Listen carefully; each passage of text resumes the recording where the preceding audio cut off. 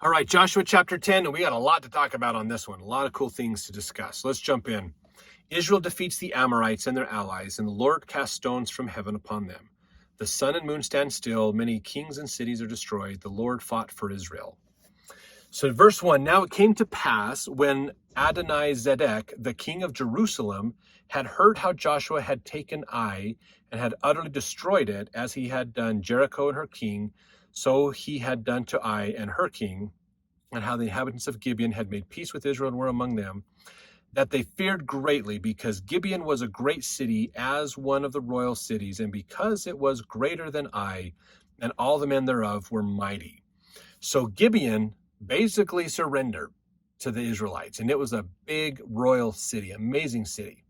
Now remember, when they came together, when the Gibeonites came, they told them that there was this was part of their motivation, was all these other groups were coming together to form a larger army to try to say, Israel is an enemy. Individually, we stand no chance, but maybe collectively, we all can come together and fight off Israel.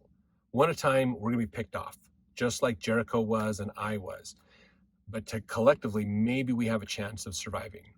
So the enemy of my enemy is my friend. So all these tribes are coming together to unify together. And this king of Jerusalem at the time, this Adonizedek, is the person who is the kind of the leader of this conglomerate, basically. And it says, verse 2 here, that they feared because Gibeon was a great... Oh, sorry, I just read that one. Therefore, Adonizedek, king of Jerusalem, sent unto Hoham, king of Hebron, unto Piram, king of Jarmuth, and unto Japhia, king of Lachish, and unto Deber, king of Eglon, saying, Come up unto me and help me, that we may smite Gibeon, for it hath made peace with Joshua and with the children of Israel. Therefore the 5 kings of the Amorites, the king of Jerusalem, the king of Hebron, the king of Jarmuth, the king of Lachish, the king of Eglon, gathered themselves together and went up, they and all their hosts, and encamped before Gibeon, and made war against it. And the men of Gibeon sent unto Joshua to the camp to Gilgal, saying, Slack not thy hand from thy servants. Come up to us quickly, and save us and help us, for all the kings of the Amorites that dwell in the mountains are gathered together against us. So they're going, Gibeon basically wimped out. We're going to go destroy Gibeon now. So they're coming together to go destroy Gibeon. Verse 7, so Joshua ascended from Gilgal, he and all the people of war with him, and all the mighty men of valor. So that's the army. And the Lord said unto Joshua, Fear them not, for I have delivered them into thine hand, for there shall not a man of them stand before thee. Joshua therefore came unto them suddenly, and wept up from Gilgal all night. Went up. So they went quickly, and they went through the whole night to get there speedily and take them out. Verse 10, the Lord discomfited them before Israel, and slew them with a great slaughter at Gibeon, and chased them along the way that goeth up to Beth Horon, and smote them to Azekah and unto Makkedah. So they just destroyed them, basically. Now, something that's interesting in here is this Adonizedek. Okay, this is something that's really interesting. So that's a Hebrew word meaning Lord of Justice. It's an example of many other civil leaders who choose titles for themselves or had titles bestowed upon them by greater rules whose vassals they were. So this is in Fallows Bible Encyclopedia. In fact, he says here that perhaps he, like other Canaanite kings, assumed this name in imitation of the ancient patriarchal king of Salem, Melchizedek, king of righteousness. So Melchizedek means king of righteousness. If you go back into the Old Testament, like Genesis, we hear that, of course, the great king of Salem, Melchizedek, was there. In some of the ancient writings, the more apocryphal writings, there actually is a story. I don't remember if it was in the first book of Adam and Eve or one of the books of the 12 patriarchs or something like that. But there's a story that actually says that Melchizedek was a young man during the time of Noah. And he and his family were like Noah was his uncle, basically. And so they got on the ark as part of Noah's family, and they set sail. And then after they did, one thing they grabbed from it's in the book of the Cave of Treasures. I think that's where I read this. In the book of Cave of Treasures, it says that Noah and his sons went to the cave where Adam and Eve lived, and they exhumed the body of Adam and put him in a box and took it on the ark with them. And when they settled on the ark, Noah was to command his oldest son to take Melchizedek and the body of Adam and travel to a place that an angel would show him. So the angel is going to guide him and show him.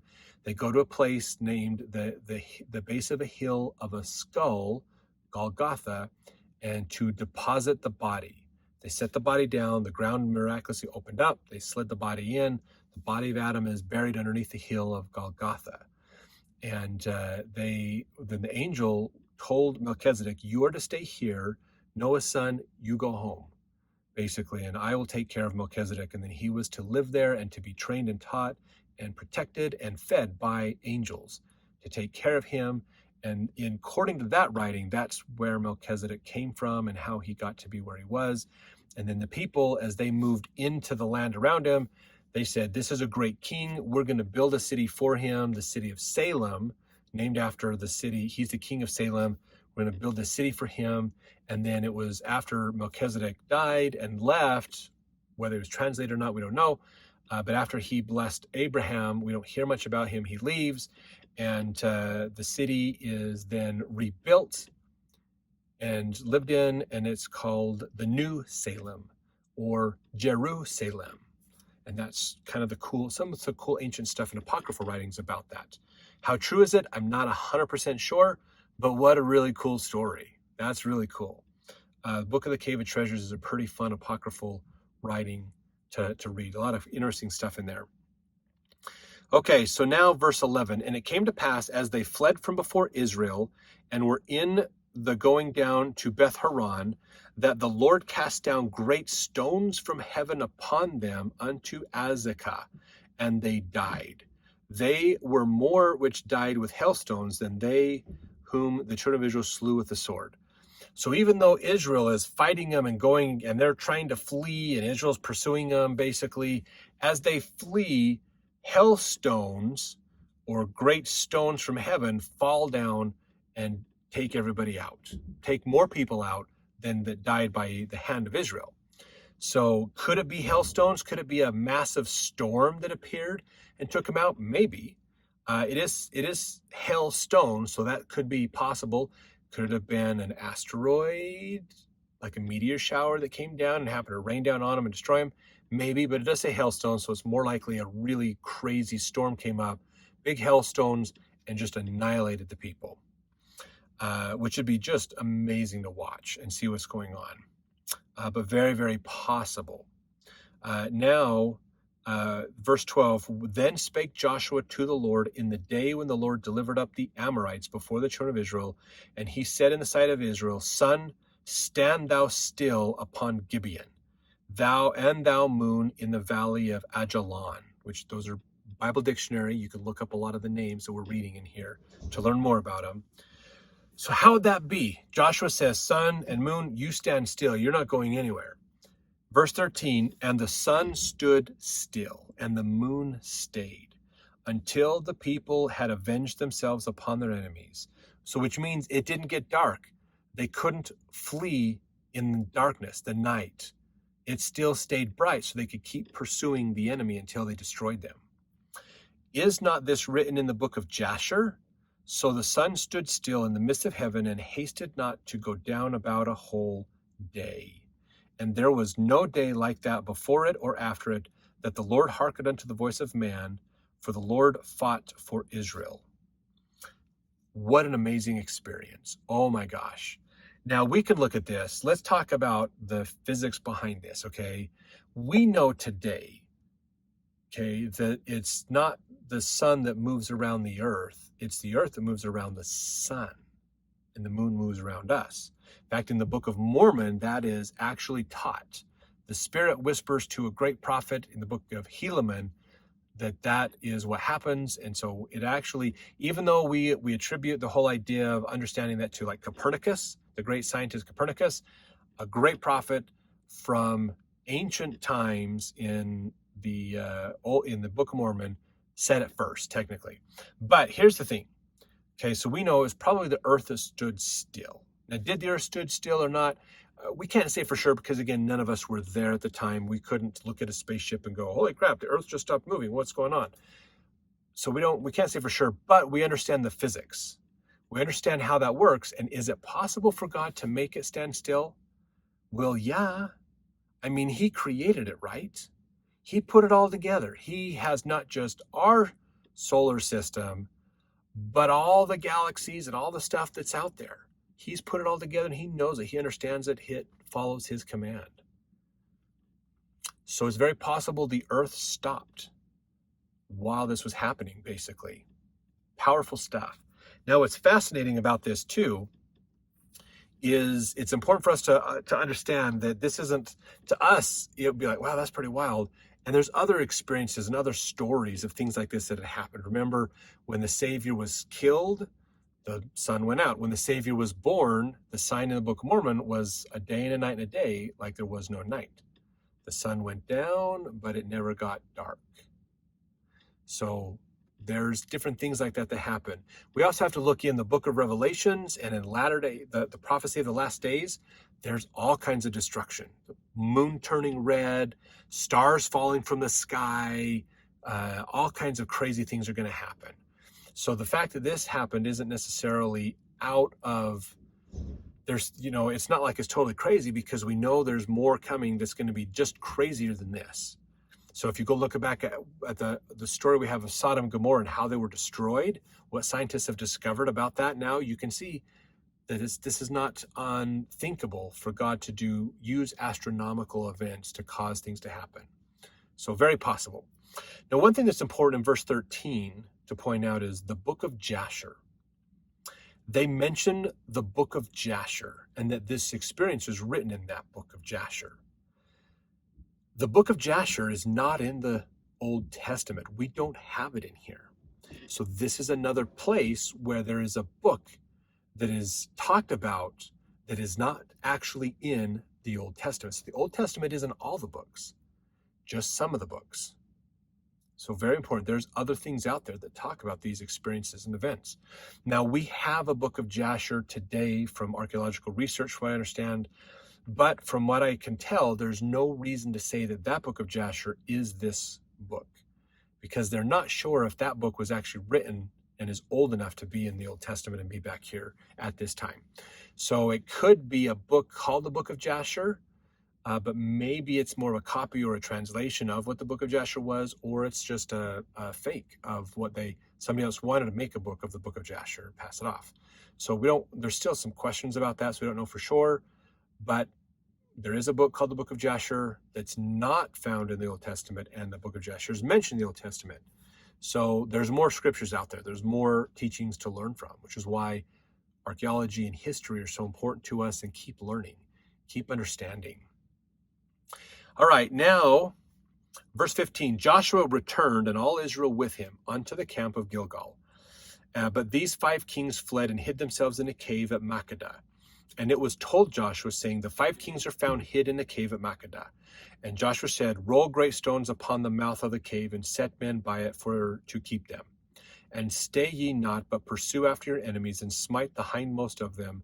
Suffer them not to enter into their cities, for the Lord your God hath delivered them into your hand. You realize if they get into the cities, they can close the gates, and they can stop Israel from getting in. So that's going to turn this fight into a whole nother ball of wax. It's going to get harder and problems. So Joshua's saying, stop them all before they get to their cities. Verse 20, it came to pass when Joshua and the children of Israel had made an end of slaying them with a very great slaughter, till they were consumed, that the rest which remained of them entered into fenced cities. So some got away. And all the people returned to the camp to Joshua at Makkedah in peace. None moved his tongue against any of the children of Israel. Then said Joshua, open the mouth of the cave and bring out those 5 kings unto me out of the cave. So while they're pursuing them, they basically blocked off the cave. They trapped the kings in, wiped out everybody. And then they came back and he said, okay, bring the kings to me. So they went unburied them, pulled the kings out. Could you imagine what these kings are thinking? I mean, not only did they band together and they're fighting against Israel, which seems like a lost cause in the first place, but they're hoping to make the best of it. Then Israel comes against them and wipes them out in miraculous ways. Then the leader of Israel causes the sun and the moon in the sky to stop moving. So it's probably dusk to see both of them in the sky. Probably get dusk. They stop. They don't keep going. They lose the advantage of nighttime. How do you fight against an army where the leader of your army can control the planets, the heavens? This has got to be crazy. So put yourself in their shoes. What do you think would they be thinking at this point, basically? I'd love to hear in your comments. So verse 23, and they did so, and brought forth those 5 kings unto him out of the cave, the king of Jerusalem, the king of Hebron, the king of Jarmuth, the king of Lachish, the king of Eglon. And it came to pass, when they brought out those kings unto Joshua, that Joshua called for all the men of Israel, and said unto the captains of the men of war which went with him, Come near, put your feet upon the necks of these kings. And they came near and put their feet upon the necks of them. So these kings are probably laying all on the ground. And then he brings the men of Israel up and says, Put your feet on their neck. Okay? And Joshua said unto them, Fear not, nor be dismayed. Be strong of good courage, for thus shall the Lord do to all your enemies against whom ye fight. So this is a symbol of subjugation, basically. We have overcome. If I can stand on your neck, you can't fight. You are gone. I have won. Basically, that's what that symbol is meaning. So that's what they're doing. And now verse 26, afterward Joshua smote them and slew them and hanged them on 5 trees, and they were hanging upon the trees until the evening. And it came to pass at the time of the going down of the sun that Joshua commanded, and they took them down off the trees and cast them into the cave wherein they had been hid, and laid great stones in the cave's mouth, which remain until this very day. Now again, someone may have have opened that cave at some point. Maybe no one has touched that cave in so long that dust and dirt is built up on it and it's buried. It looks like a hillside, but there's a cave there. We don't know. If you have any thoughts or ideas or where in archaeology we can find more about that, put it in the comments. Would love to see more.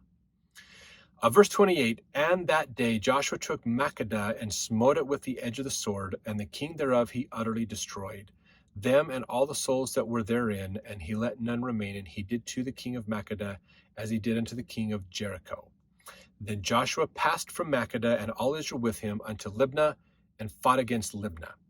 And the Lord delivered it also, and the king thereof, into the hand of Israel, and he smote it with the edge of the sword, and all the souls that were therein, he let none remain in it, but did unto the king thereof as he did unto the king of Jericho. And Joshua passed from Libnah and all Israel with him unto Lachish, and encamped against it and fought against it. So they're now going back to these cities. The kings and their armies came out against them. Now they've wiped out that armies. They've destroyed the kings. Now they're going to these cities that banded together, and they're taking all the cities out one at a time, whatever's left. So verse 32, the Lord delivered Lachish into the hand of Israel, which took it on the 2nd day, and smote it with the edge of the sword, and all the souls that were therein, according to all that he had done to Libnah. Now, most of these cities, they're wiping out in a day. They're taking a city a day. Now, remember, this great army, Joshua stopped the sun from setting for a little while until they could wipe them all out. So that took a couple of days, at least 2, to get all that wiped out. So this is a big march that they're doing. So, verse 33, then Horam, king of Gezer, came up to help Lachish. Joshua smote him and his people till he had left him none remaining. And from Lachish Joshua passed unto Eglon, and all Israel with him, and they encamped against it and fought against it. And they took it on that day and smote it with the edge of the sword, and all the souls that were therein he utterly destroyed that day, according to all that he had done to Lachish. And Joshua went up from Eglon, and all Israel with him, unto Hebron. They fought against it, and they took it and smote it with the edge of the sword, and the king thereof, and all the cities thereof, and all the souls that were therein. He left none remaining, according to all that he had done to Eglon, but destroyed it utterly, and all the souls that were therein. And Joshua returned, and all Israel with him, to Debir, and fought against it. And he took the king thereof and all the cities thereof, and they smote them with the edge of the sword and utterly destroyed all the souls that were therein. He left none remaining, as he had done to Hebron, and he did to Debir, and to the king thereof, as he had done also to Libnah and to her king. So Joshua smote all the country of the hills, out of the south, and of the vale, and of the springs, and all their kings. He left none remaining, but utterly destroyed all that breathed, as the Lord God of Israel commanded. And Joshua smote them from Kadesh Barnea even unto Gaza, and unto all the country of Goshen, even unto Gibeon.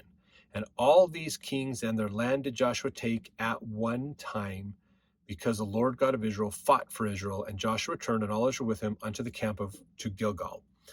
So this is a massive campaign that was many, many days long, to go out, to fight, to go through all this. And remember, these cities banded together to fight Gibeon, who Gibeon had made peace with Israel. So Israel came to the defense of Gibeon and fought their attackers and turned into this multi-day war that just continued to go until it was all done. So Israel was not the aggressor necessarily in these fights. Israel was commanded by God to wipe them all out because of the idolatry, because of the sins and wickedness of the people. They were to be destroyed. So Israel was used to wipe the wickedness off the area, and also to bless the children of Israel with the land for their inheritance, where they're going to divide it up and utilize it.